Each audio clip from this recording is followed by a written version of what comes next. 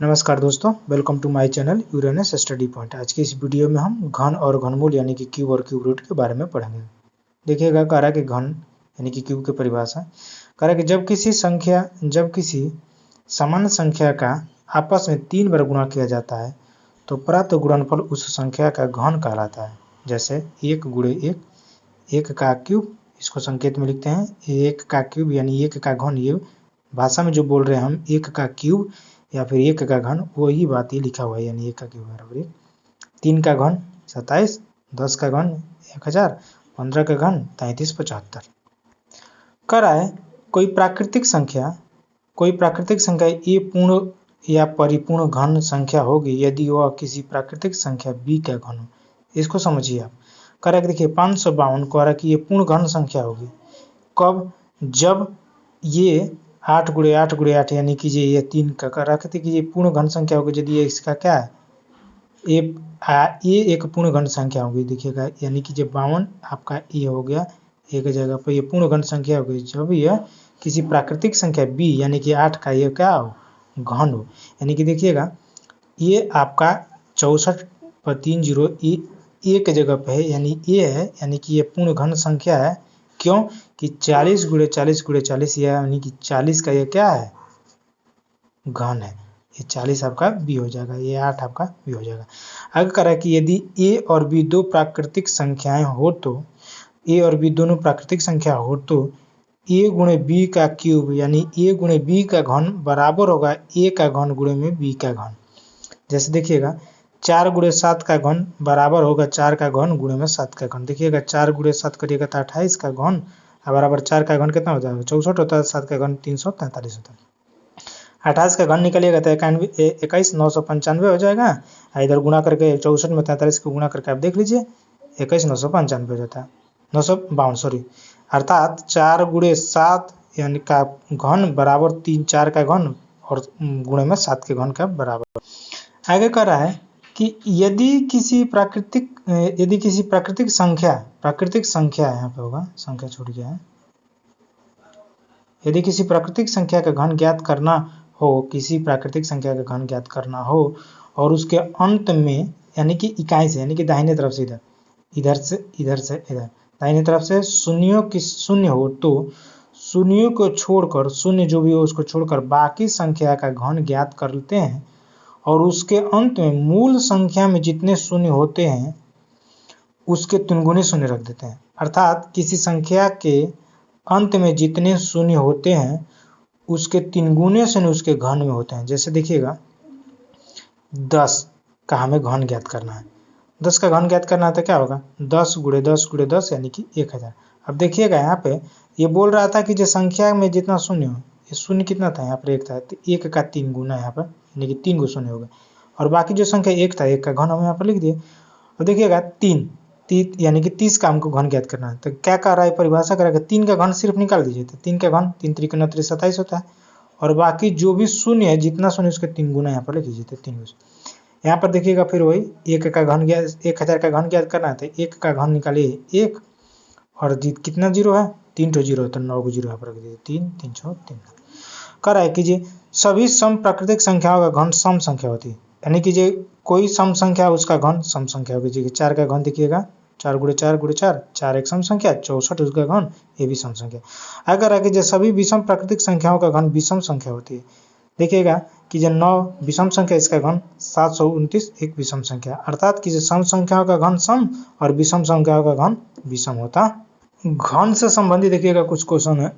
करे कि 6912 को किस छोटी से छोटी संख्या से गुणा करे कि गुणनफल पूर्ण घन हो जाए। अर्थात कि 6912 किसी संख्या का पूर्ण घन नहीं है, यानी कि यह पूर्ण घन संख्या नहीं है।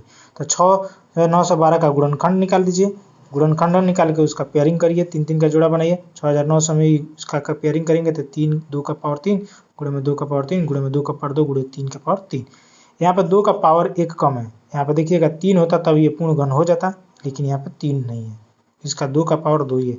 अर्थ करा गया था दी गई संख्या में यदि 2 से गुणा कर दिया जाए, यानी कि यहाँ पर देखिएगा 2 का पावर 2 है, 1 और कम है, 3 हो जाता है यदि, तो इसमें यानी कि यदि हम 6912 में यदि 2 से गुणा कर दिया जाए तो गुणनफल जो मिलेगा आपको वो एक पूर्ण घन संख्या हो जाएगा।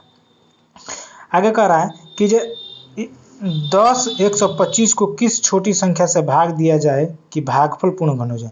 यहाँ पे गुणा की बात कर रहा था, यहाँ पे आपको गुणा की बात कर रहा था, यहाँ पे कर रहा है कि भाग की बात कि 10 125 में किस छोटी संख्या से भाग दिया जाए कि गुणनफल आपका भागफल आपका पूर्ण घन हो जाए। तो इसका 10 से 125 का गुणनखंडन करिए, उसका पेयरिंग 3 का पेयर बनाइए, जोड़ा बनाइए। तो देखिएगा ये 5 का 3, 5 का 3, 3 का 5, 3 का 3। अब 3 का यहाँ पर एक पेयर है, 2 पेयर, इसमें कम कितना है 3 गुणे में 3, यानी कि आपका 3 का स्क्वायर यानी कि 3 त्रिके 9 कम है।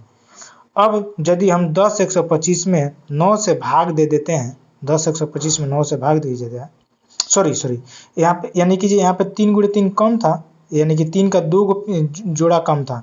तो अब इसका हमको भाग देकर यदि बनाना है, हमें लगा गुणा करने की बात कर रहा है, यदि भाग देकर बनाना है तो यहाँ पे 3 से भाग दे दीजिए।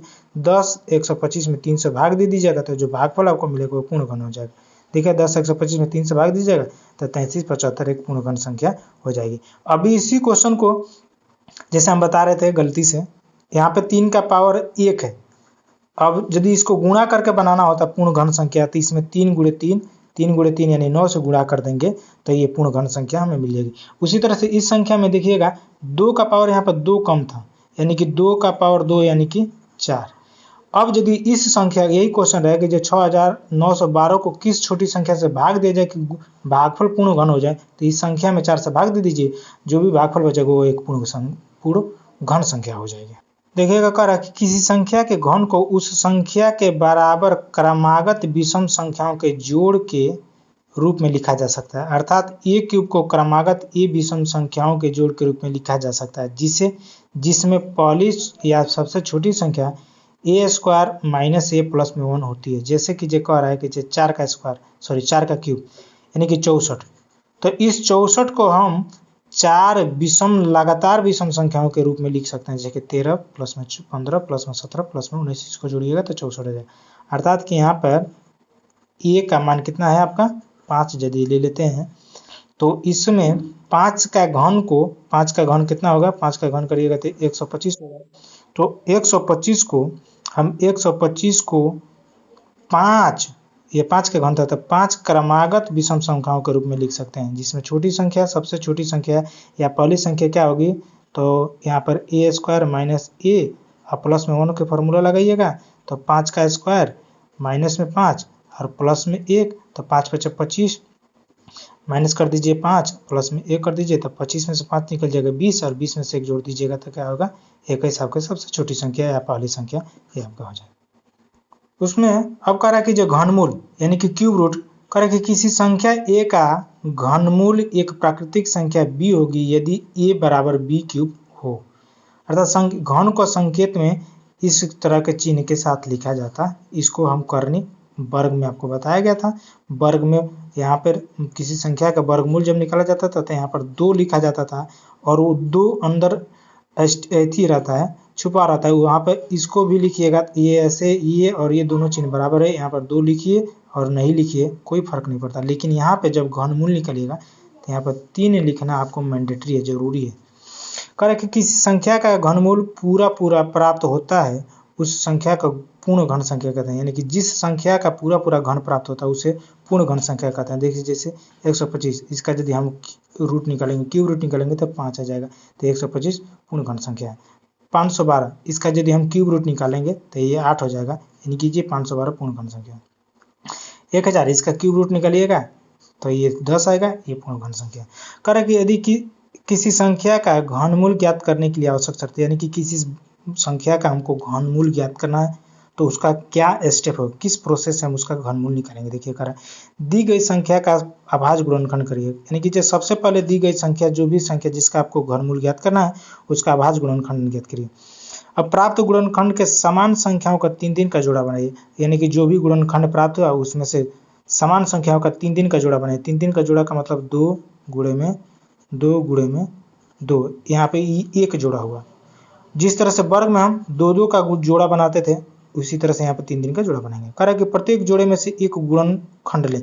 अब जैसे कि जब वर्गमूल निकालते थे तो यहाँ के इसके बराबर वर्गमूल के लिए 2 लेते थे और इसके लिए अब यहाँ पे आप 1 2 लीजिएगा।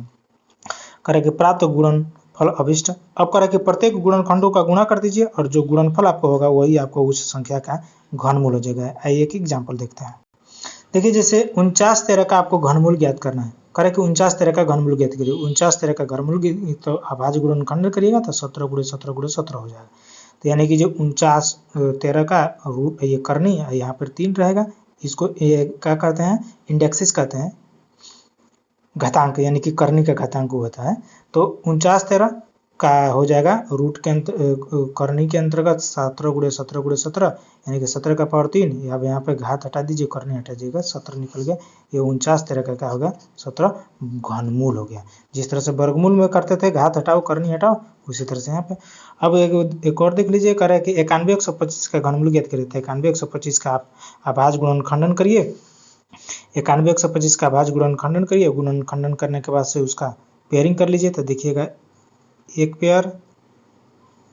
पेयर और यहाँ पे एक पेयर, तो हो जाएगा 3 का पावर 3 गुणे 3 का पावर 3 गुणे में 5 का पावर 3 और इसके ऊपर रूट, और ये आपका अब घात हटा दीजिए, करनी हटा दीजिए, 3 × 3 × 5 यानी कि ये 45। तो 91 125 का घनमूल कितना होगा, 45। और ठीक है दोस्तों, आज की वीडियो में इतना ही। मिलते हैं एक नए अगले वीडियो में एक नए टॉपिक के साथ। तब तक के लिए जय हिंद, जय भारत।